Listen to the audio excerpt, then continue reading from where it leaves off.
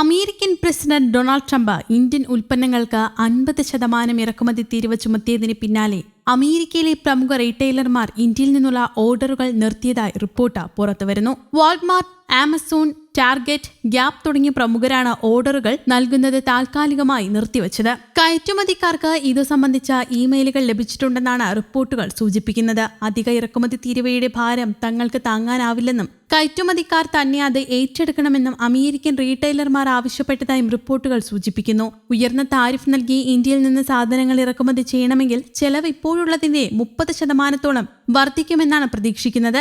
അമേരിക്കയിലേക്കുള്ള ഓർഡറുകളിൽ 40 മുതൽ 50% വരെ കുറവുണ്ടാകുമെന്നും ഇതിലൂടെ $45 ബില്യൺ നഷ്ടം ഇന്ത്യക്കുണ്ടാവുമെന്നും കണക്കാക്കുന്നുണ്ട്. ടെക്സ്റ്റൈൽസ്, ആഭരണങ്ങൾ, സമുദ്ര ഉൽപ്പന്നങ്ങൾ എന്നിവയാണ് ഇന്ത്യയിൽ നിന്ന് പ്രധാനമായും അമേരിക്കയിലേക്ക് കയറ്റുമതി ചെയ്യുന്നത്.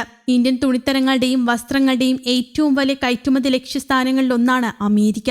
ഇന്ത്യയിൽ നിന്നുള്ള വസ്ത്ര കയറ്റുമതിയുടെ 28% അമേരിക്കയിലേക്കാണ്. കോടികളാണ് ഇതിലൂടെ ഇന്ത്യയിലേക്ക് എത്തുന്നത്. ഇന്ത്യൻ ഓർഡറുകൾ സ്വീകരിക്കുന്നതിൽ നിന്ന് അമേരിക്കൻ കമ്പനികൾ വിട്ടുനിൽക്കുന്നത് ബംഗ്ലാദേശ്, വിയറ്റ്നാം തുടങ്ങിയ രാജ്യങ്ങൾക്ക് നേട്ടമാകുമെന്നാണ് ചിലർ വിലയിരുത്തുന്നത്. 2 രാജ്യങ്ങൾക്കും 20% മാത്രമാണ് ഇറക്കുമതി ചുങ്കം. അതേസമയം ട്രംപിന്റെ 50% ഇറക്കുമതി തീരുവയ്ക്ക് മുന്നിൽ മുട്ടുമടക്കില്ലെന്ന ഉറച്ച നിലപാടിലാണ് ഇപ്പോൾ ഇന്ത്യ.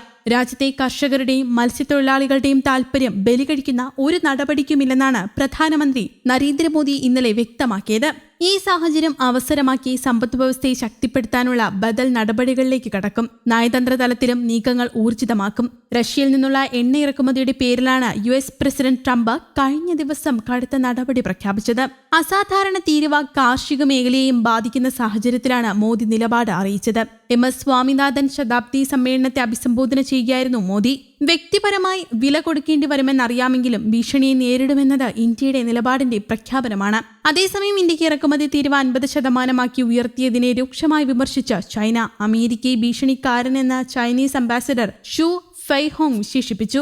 ഭീഷണിപ്പെടുത്തുന്ന ആൾക്ക് 1 ഇഞ്ച് കൊടുക്കൂ, അവൻ 1 മൈൽ ദൂരം മുന്നോട്ടു പോകുമെന്ന് ട്രംപിന്റെ പേര് പരാമർശിക്കാതെ അമേരിക്കയെ നിശിതമായി വിമർശിച്ചുകൊണ്ട് സു പറഞ്ഞു. ട്രംപിന്റെ വ്യാപാര യുദ്ധത്തിന്റെ ഫലമായി ദുരിതമനുഭവിക്കുന്ന ഇന്ത്യ, ബ്രസീൽ തുടങ്ങിയ രാജ്യങ്ങളോടുള്ള ഐക്യദാർഢ്യം പ്രകടിപ്പിക്കുന്ന നിലപാടാണ് ചൈന സ്വീകരിച്ചത്.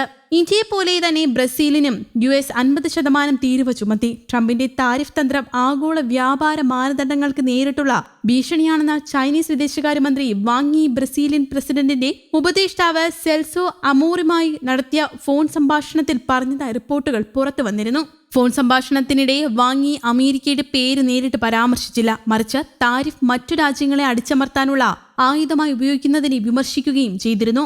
അത്തരം രീതികൾ UN ചാർട്ടറിന്റെയും WTOയുടെയും നിയമങ്ങളുടെ ലംഘനമാണെന്ന് അദ്ദേഹം ആവർത്തിച്ചു പറഞ്ഞു. ഏകപക്ഷീയമായ തീരുവ ചുമത്തുന്നതിൽ ചൈന ബ്രസീലിന് പൂർണ്ണ പിന്തുണ നൽകിയെന്നും അദ്ദേഹം പറഞ്ഞു. News desk, Kerala Kaumudi.